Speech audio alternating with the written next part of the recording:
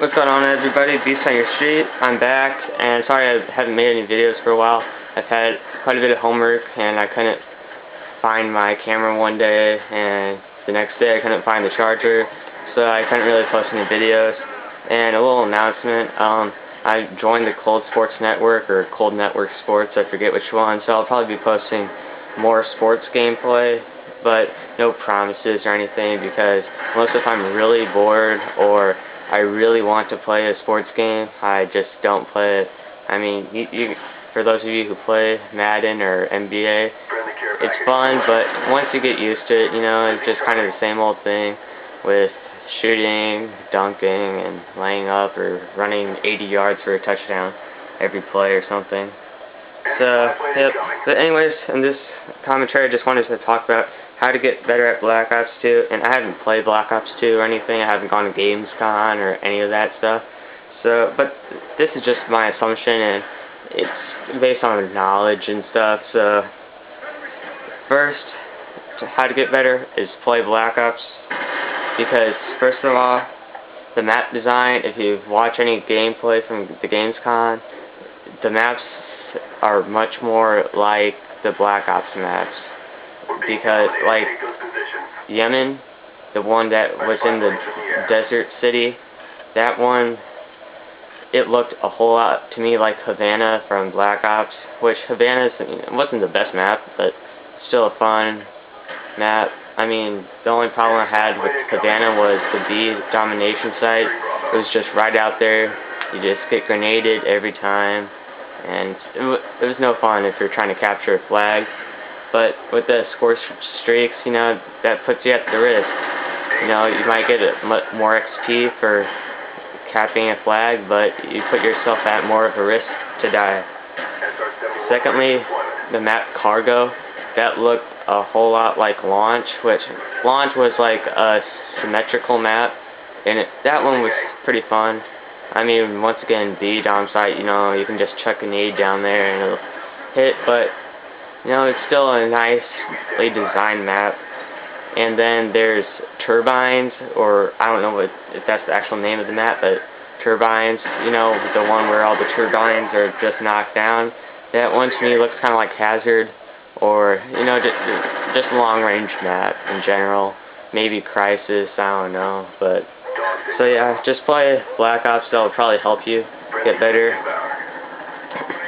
Also, Recoil. Recoil from Gamescom, it probably, to me, I think that it's going to be more Black Ops 2 based recoil. I mean, Black Ops based recoil, where there's going to be a lot of it, so we'll see how that goes. But anyways, even if there wasn't much recoil, the best way to lower that amount is just to play Black Ops, because as I said, the Black Ops, the recoil in Black Ops was so much, like even the FAMAS, I mean, that had quite a bit of recoil. You couldn't shoot like super far away by just holding the trigger. I mean, sometimes it would work, but not 100% of the time, like the ACR or something from Modern Warfare 3, you can get a long shot easily from a long distance shot and get the kill. So, yep. And like submachine guns, like those had quite a bit of recoil.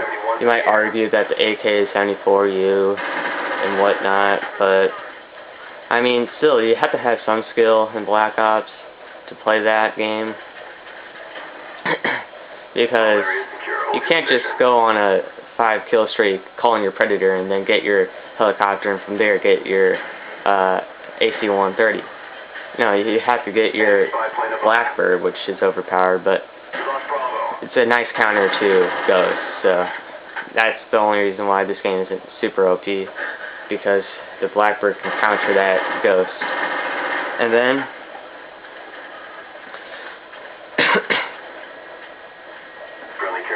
use the spy plane, because you get the UAV assist,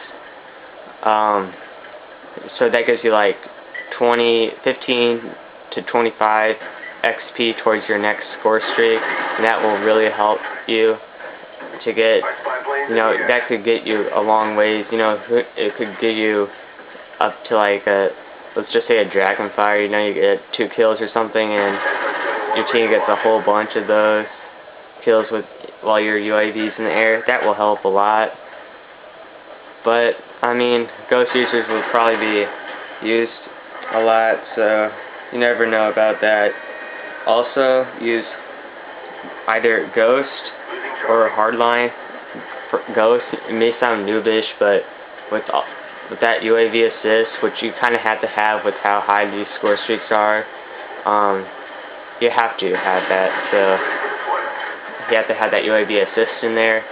So using that Ghost perk will really help, because then you won't have to worry about all those people using, because who knows, maybe the whole team now will use UAVs in the game, and you know that UAV is going to be not OP, but it's going to be overused, you know, because so Ghost would be a really nice perk to counter that. And then also Hardline. Right now at Gamescom it gave you a 20% increase in XP for your kill streaks, but it is subject to change, and they already changed it a couple times, so it's probably going to be in the, you know, 15 to 20% range. So we'll see how much it actually is. My question is, like, how can you like tell how much a capture gets, or how much Hardline gives you towards your next kill streak, you know, extra XP and stuff? Like, that would be a good question, because I don't want to be using Hardline and not knowing how much it actually, like, helps me towards my next kill streak. Use assault rifles. I mean, it really doesn't matter, but that was just my assumption, because in Black Ops, other than AK, 74U, and the MP5K, all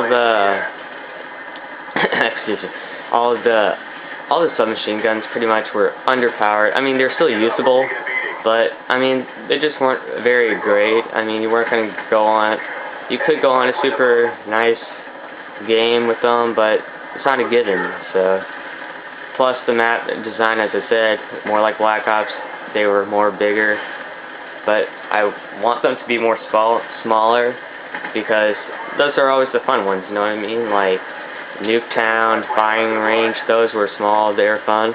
Dome, that's fun. Parish, that's fun. And I mean, they're all small maps. I mean, the best ones are usually the small ones, and the worst ones are usually the long ones usually. But sometimes they do make good big maps for us, and that's always a plus.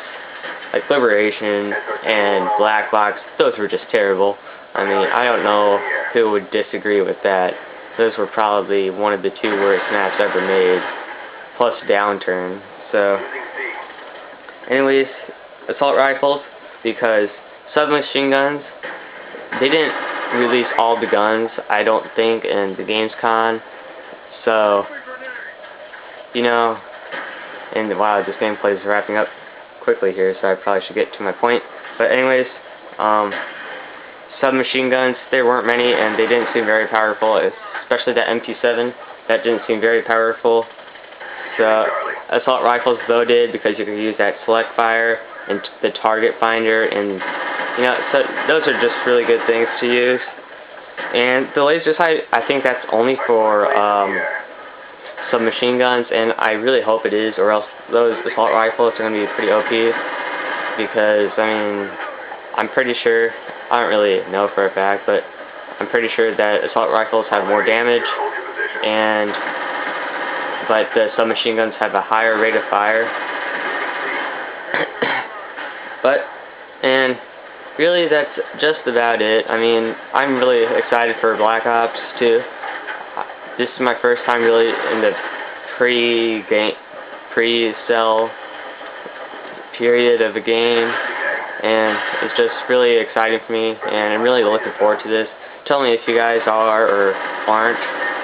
I'm interested to see what you guys think about what this game's going to be like. My concerns are just the Ghost perk, and that's basically about it, actually. The Ghost perk, and yeah, that's basically it. I mean, but you know, you have to play it to actually know what's overpowered and what's not overpowered. So yeah, just leave a comment down below and let me know what you think of how I'm doing in my commentaries, and I'll see you in my next video.